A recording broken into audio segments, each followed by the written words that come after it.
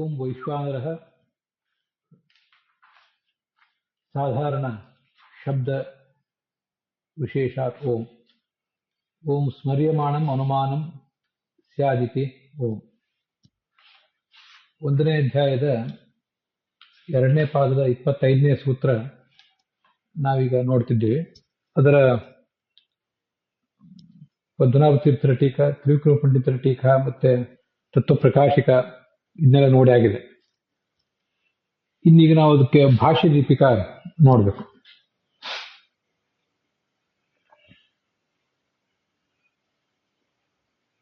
ನನು ಆತ್ಮಶಬ್ದಸ್ಯ ಅಜ್ಞಾದಿಷು ಅಮುಖ್ಯತ್ವ ಅಭ್ಯುಪಗಮೇನ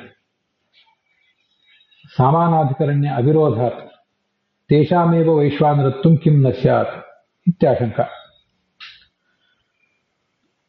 ವೈಶ್ವಾನರ ಎಂಬ ಶಬ್ದ ಅಗ್ನಿ ಮತ್ತು ವಿಷ್ಣು ಇಬ್ಬರಿಗೂ ಇದ್ದಿರಬಹುದು.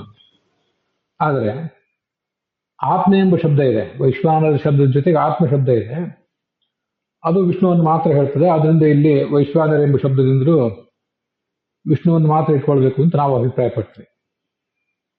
ಅದಕ್ಕೆ ಅವರು ಪ್ರಶ್ನೆ ಕೇಳಿದ್ದಾರೆ, ಆತ್ಮ ಶಬ್ದ ಮುಖ್ಯವಾಗಿ ವಿಷ್ಣುವನ್ನ ಹೇಳ್ತದೆ ಅಂತ ನೀವು ಹೇಳಿದ್ದನ್ನ ಹೇಗಾದ್ರೂ ಒಪ್ಪೋಣ, ಆದರೆ ಅಗ್ನಿ ಮತ್ತು ತೇಜೋ ಮಹಾಭೂತ ಇತ್ಯಾದಿಗಳನ್ನ ಅಮುಖ್ಯ ವೃತ್ತಿಯಿಂದ ಅದು ಹೇಳಬಹುದಲ್ಲ. ಅವರು ಎಲ್ಲರೂ ಆತ್ಮ ಆಗೇ ಆಗಿದ್ದಾರೆ, ಆದ್ರಿಂದ ಅಮುಖ್ಯ ವೃತ್ತಿಯಿಂದ ಅವರಲ್ಲಿಯೂ ಅದು ಪ್ರವೃತ್ತ ಆಗಬಹುದು. ಅದರಿಂದ ಸಾಮಾನಾಧಿಕರಣ್ಯ ಅವಿರೋಧಾತ್. ಸಾಮಾನಾಧಿಕರಣ್ಯ ಅಂದ್ರೆ ಏಕವಿಭಕ್ತಿಕತ್ವ, ಏಕವಾಚಕತ್ವ ಅಂತ ಅಭಿಪ್ರಾಯ. ಆತ್ಮಾನಂ ವೈಶ್ವಾನರಂ ಅಂತ ಅಲ್ಲಿ ಬಂದಿತ್ತು. ಎಷ್ಟು ಏತಮೇವಂ ಪ್ರಾದೇಶ ಮಾತ್ರಂ ಅಭಿವಿಮಾನಂ ಆತ್ಮಾನಂ ವೈಶ್ವಾನರಂ, ಎರಡೂ ದ್ವಿತೀಯ ವಿಭಕ್ತಿಯಲ್ಲಿ ಬಂದಿದೆ. ವಿಶೇಷಣ ವಿಶೇಷವಾಗಿ ದ್ವಿತೀಯ ವಿಭಕ್ತಿಯಲ್ಲಿ ಇರುವುದಕ್ಕೆ ಸಾಮಾನಾಧಿಕರಣ್ಯ ಅಂತಾರೆ. ಬರೇ ಏಕವಿಭಕ್ತಿ ಆಗಿದ್ರೂ ಸಾಲದು. ಕೆಲವು ಸರಿ ಏಕವಿಭಕ್ತಿಯಾಗಿ ಬೇರೆ ಬೇರೆ ಅರ್ಥವನ್ನು ಹೇಳ್ತಿರಬಹುದು, ಆದರೆ ಅದು ಮುಖ್ಯ ಅಲ್ಲ. ಏಕವಿಭಕ್ತಿಯಾಗಿ ವಿಶೇಷಣ ವಿಶೇಷವಾಗಿರ್ಬೇಕು. ವಿಶೇಷಣ ವಿಶೇಷವಾಗಿದೆ ಅಂತ ಹೇಳಿದ್ರೆ ಏಕವಿಭಕ್ತಿಕ ಆಗೇ ಆಗಿರ್ತದೆ. ಏಕವಿಭಕ್ತಿಕ, ಏಕವಚನಕ, ಏಕಲಿಂಗಕ ಆಗೇ ಆಗಿರ್ತದೆ ಸಂಸ್ಕೃತದಲ್ಲಿ. ಆದ್ದರಿಂದ ಇಲ್ಲಿ ಆತ್ಮ ಎಂಬ ಶಬ್ದದಿಂದ ಈ ಅಗ್ನಿ ಎಂಬ ದೇವತೆಯನ್ನು ಅರ್ಥ ಇಟ್ಕೊಳ್ಳೋಣ.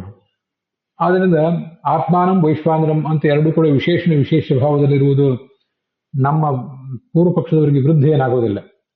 ಆದ್ದರಿಂದ ಅಗ್ನಿ ಮೊದಲಾದದ್ದೇ ವೈಶ್ವಾನರ ಆಗಲಿ ಅಂತ ಪ್ರಶ್ನೆ ಬಂದಾಗ, ಸಮಾಖ್ಯಾರೂಪ ಹೇತ್ವಂತರೇಣ. ಸಮಾಖ್ಯ ಅಂದ್ರೆ ವ್ಯಾಖ್ಯಾನ, ಅದೇ ಒಂದು ಇನ್ನೊಂದು ಹೇತು. ಆ ಹೇತುವನ್ನು ಇಟ್ಕೊಂಡು ವೈಶ್ವಾನರಸ್ಯ ವಿಷ್ಣುತ್ವ ನಿಶ್ಚಾಯೇತ್ ಸೂತ್ರಂ. ವೈಶ್ವಾನರ ಅಂದ್ರೆ ವಿಷ್ಣುವೇ ಅಂತ ನಿಶ್ಚಯ ಮಾಡುವ ಸೂತ್ರ, ಅದನ್ನು ಪಠನ ಮಾಡಿ ಅದಕ್ಕೆ ವ್ಯಾಖ್ಯಾನ ಮಾಡ್ತಾರೆ ಆಚಾರ್ಯರು, ಸ್ಮರ್ಯಮಾಣಂ ಅಂತ ಈ ಮಾತಿನಿಂದ. ಅಲ್ಲಿ ಸೂತ್ರ ಮತ್ತು ಭಾಷ್ಯ ಎರಡೂ ಕಡೆ ಹೇಗೆ ಅನ್ವಯ ಮಾಡ್ಕೊಳ್ಬೇಕು ಅನ್ನೋದನ್ನು ತೋರಿಸ್ತಾರೆ ಭಾಷ್ಯ ದೀಪಿಕಾದಲ್ಲಿ.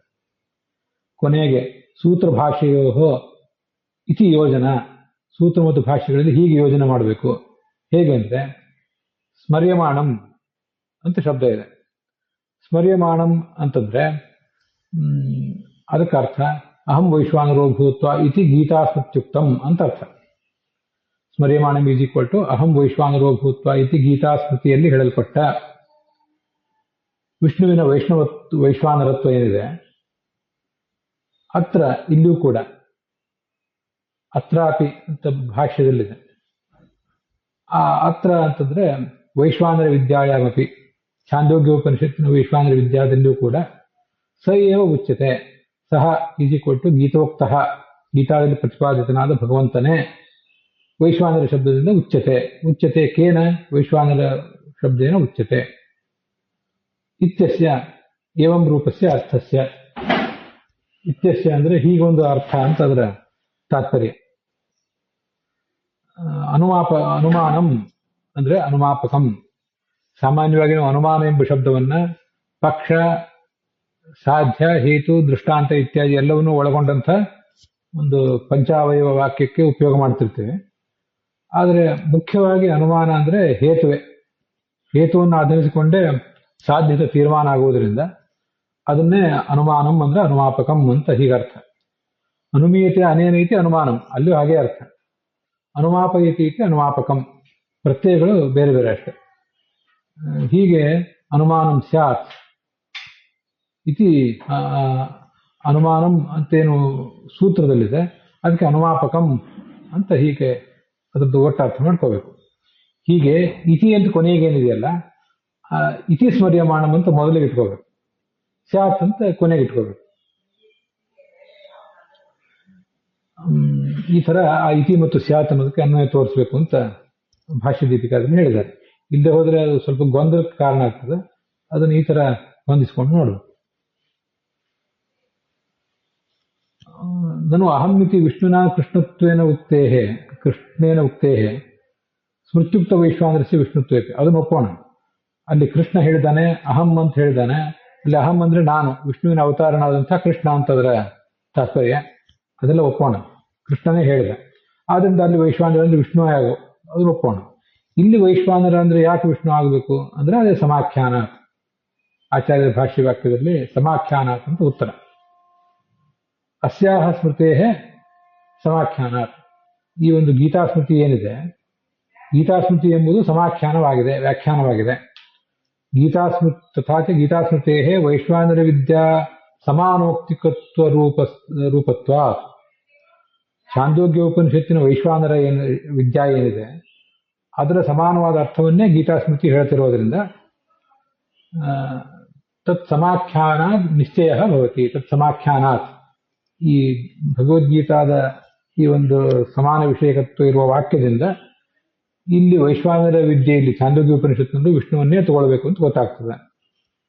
ಅದು ಹೇಗೆ ಸೂತ್ರದಿಂದ ಹೇಗೆ ಗೊತ್ತಾಗ್ತದೆ ಅಂದ್ರೆ ಇತಿ ಎಂಬ ಶಬ್ದದಿಂದ ಗೊತ್ತಾಗ್ತದೆ. ಇತಿ ಅನ್ನೋ ಶಬ್ದ ಅದನ್ನ ತೋರಿಸಿಕೊಟ್ಟಿದೆ, ಹೀಗೆ ಹೇಳಲ್ಪಟ್ಟಿರುವುದರಿಂದ ಅಂತ.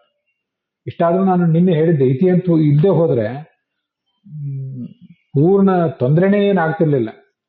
ಇತಿ ಅಂತೂ ಅಲ್ಲಿ ಹೇಳದೆ ಹೋಗಿದ್ರೆ ನಮ್ಗೆ ಗೊತ್ತಾಗದೇ ಇರುವ ಪರಿಸ್ಥಿತಿ ಬರ್ತಿತ್ತು. ಏನ್ ಮಾಡಿದ್ರು ಗೊತ್ತಾಗ್ತಿರ್ಲಿಲ್ಲ ಅಂತ ಏನಿರ್ಲಿಲ್ಲ. ಸ್ಮರ್ಯಮಾಣಂ ಅನುಮಾನಂ ಇಷ್ಟು ಹೇಳಿದ್ರು ಸಾಕಾಗ್ತಿತ್ತು.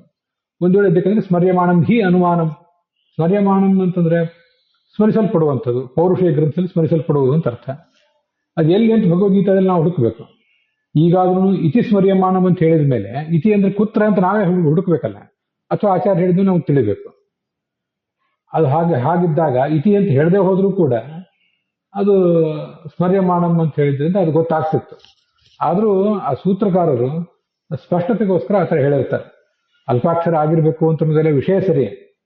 ಕೆಲವು ಸರಿ ಸ್ಪಷ್ಟತೆ ದೃಷ್ಟಿಯಿಂದ ಅವ್ರು ಈ ಥರ ಹೇಳಿದ್ರೆ ಅದರಲ್ಲಿ ತಪ್ಪೇನೂ ಇಲ್ಲ. ಸ್ಮರ್ಯಮಾಣಂ ಹ್ಯನುಮಾನಂ ಅಂತ ಹೇಳಿದ್ರು ಸೂತ್ರ ನಡೀತಿತ್ತು, ಇದು ನನ್ನ ಅಭಿಪ್ರಾಯ. ಅದ್ರ ಬಗ್ಗೆ ಬೇರೆ ಯಾರು ವಿದ್ವಾಂಸರು ಏನಾದ್ರು ಅಭಿಪ್ರಾಯ ಹೇಳೋದಿದ್ರೆ, ಯಾರ ಹತ್ರ ನೀವು ಕೇಳಿದ್ದಿದ್ರೆ ಅದು ನನಗೆ ನೀವು ಹೇಳ್ಬೋದು. ಅಲ್ಲಿ ಸಮಾಖ್ಯ ಪ್ರದರ್ಶಕ ಅಂತಿದೆ. ಪ್ರದರ್ಶಕ ಅಂದ್ರೆ ಸೂಚಕ ಅಂತ ಅರ್ಥ. ಇತಿ ಸ್ಮರ್ಯಮಾಣಂ ಇತ್ಯಸ್ಯ ಸಮಾಖ್ಯಾಯಮಾನಂ ಇತಿ ಅರ್ಥಾಭ್ಯುಪಗಮತ್ ಇತಿ ಶಬ್ದ. ಅಲ್ಲಿ ಇತಿ ಶಬ್ದ ಅನ್ನೋದು ಸಮಾನೋಕ್ತಿ ಅನ್ನುವ ಲಿಂಗಕ್ಕೆ ಜ್ಞಾಪಕ ಆಗಿದೆ ಅಂತ ಈ ಥರ ಅರ್ಥ. ಈ ಸೂತ್ರದಲ್ಲಿ ಸ್ಮರ್ಯಮಾಣಂ ಅನುಮಾನಂ ಸ್ಯಾತ್ ಅನ್ನುವ ಸೂತ್ರದಲ್ಲಿ ಸಮಾಖ್ಯ ಅನ್ನುವಂಥ ಇನ್ನೊಂದು ಹೇತುವನ್ನ ವರ್ಣನೆ ಮಾಡಿದ್ದಾರೆ. ತಸ್ಯ ಆತ್ಮಶಬ್ದಾಖ್ಯ ಪೂರ್ವಹೇತೋ ಅನಿಶ್ಚಾಯಿಕತ್ವ ಶಂಕಾ ಮುಖೇನ ತನ್ನಿರಾಸಾಯ ಪ್ರವೃತ್ತತ್ವ ಚ ಶಬ್ದಾಭಾವ. ಇಲ್ಲಿ ಸ್ಮರ್ಯಮಾಣಂ ಅನುಮಾನಂ ಚ ಅಂತ ಹೇಳಬೇಕಾಗಿತ್ತಲ್ವಾ ಅಂತ ಒಂದು ಜಿಜ್ಞಾಸೆ ಬರ್ತದೆ ನಮ್ಗೆ. ಚ ಅಂತ ಹೇಳಿದ್ರೆ ಇದೊಂದು ಇನ್ನೊಂದು ಹೇತು ಅಲ್ಲ, ಇದು ಹೇಗೋ ಇನ್ನೊಂದು ಹೇತು ಅಂತ ಆದ್ಮೇಲೆ ಆ ಇನ್ನೊಂದು ಹೇತುವನ್ನೇ ಹಾಕ್ಬೇಕಾಗಿತ್ತಲ್ಲ ಅಂತ ಒಂದು ಜಿಜ್ಞಾಸೆ ಬರ್ತದೆ. ತತ್ವಪ್ರಕಾಶಿಕಾದಲ್ಲಿ ಹೇತ್ವಂತರೇಣ ಅಂತಾನೆ ಇದೆ. ಇದಿನ್ನೋ ಇನ್ನೊಂದು ಹೇತು ಅಂತ ಆದ್ಮೇಲೆ ಚ ಅಂತ ಹೇಳ್ಬೇಕಾಗಿತ್ತಲ್ಲ ಅಂತ ಪ್ರಶ್ನೆ ಬರ್ತದೆ.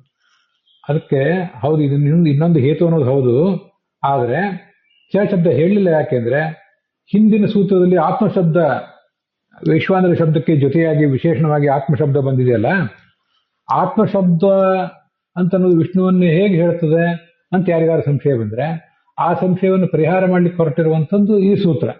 ಆದ್ರಿಂದ ಹಿಂದಿನ ಸೂತ್ರಕ್ಕೂ ಇದೊಂದು ಪ್ರತ್ಯೇಕ ಯುಕ್ತಿನೇ ಆದ್ರೂ ಹಿಂದಿನ ಯುಕ್ತಿ ಜೊತೆಗೆ ಇದು ಹೊಂದಿಕೊಂಡಿದೆ. ಆದ್ರಿಂದ ಎರಡು ಸೇರಿ ಒಂದು ಯುಕ್ತಿ ಅನ್ನೋ ರೀತಿ. ಎರಡು ಪ್ರತ್ಯೇಕವಾಗಿ ಯುಕ್ತಿಗಳು ಹೌದು, ಎರಡು ಸೇರಿ ಒಂದು ಯುಕ್ತಿ ಆದಾಗ ಹೆಚ್ಚು ದೃಢ ಆಗ್ತವೆ. ಹಿಂದಿನ ಸೂತ್ರದ ಮೇಲೆ ಬಂದಿರುವ ಶಂಕೆಯನ್ನು ಪರಿಹಾರ ಮಾಡಲಿಕ್ಕೆ ಇದು ಹೊರಟಿರುವುದರಿಂದ ಚ ಶಬ್ದವನ್ನು ಹೇಳಲಿಲ್ಲ ಅಂತ ಭಾಷ್ಯ ದೀಪಿಕಾಕಾರರ ಅಭಿಪ್ರಾಯ. ಅಲ್ಲಿಗೆ ಭಾಷ್ಯ ದೀಪಿಕಾದ ವಿಭಾಗ ಸಮಾಪ್ತ ಆಗಿದೆ.